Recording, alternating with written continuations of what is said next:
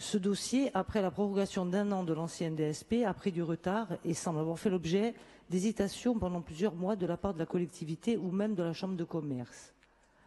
Par ailleurs, j'aurais une question au niveau du calendrier, puisqu'on voit dans les parties 5 du rapport, page 8, que vous évoquez un passage en session en mai, que la notification intervienne en juin avant d'entrer en vigueur le 1er juillet. Est-ce que le passage du dossier en séance le 27 juin ne pose pas un problème pour une opérationnalité du 1er juillet par rapport au délai de notification? Je vous parlerai, encore une fois, d'hésitation sur le long terme ayant le souvenir de façon dont avaient été amenées les choses en mai 2018 où le rapport de la présentation avait mis en exergue la baisse d'activité du port de Propriane, sans pour autant développer les raisons de cet état de fait, à savoir la suppression quasi totale de la ligne Propriano-Porto Torres en 2016, en lieu et place des 3 rotations hebdomadaires à jour fixe. La ligne, par la suite, a été assurée qu'une fois par semaine et encore, comme on l'a dit la dernière fois, de manière aléatoire et épisodique. Sur cette liaison, le trafic avait été divisé par 3.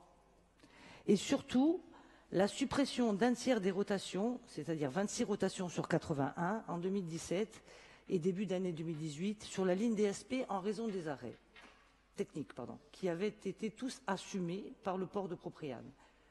Une baisse d'activité ponctuelle ne saurait donc suffire à envisager, bien que ce ne soit pas dit officiellement, un désengagement de ce port secondaire en l'état actuel du réseau routier. On en arrive au problème majeur du rapport qui réside dans la durée de la concession. Nous l'avions évoqué en mai 2018.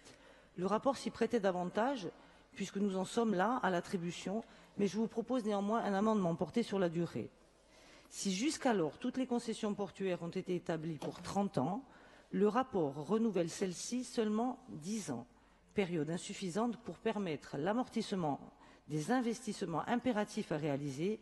Vous citez vous-même dans les rapports certaines opérations du plan pluriannuel d'investissement, extension de la digue, de la gare maritime, du poste d'accostage.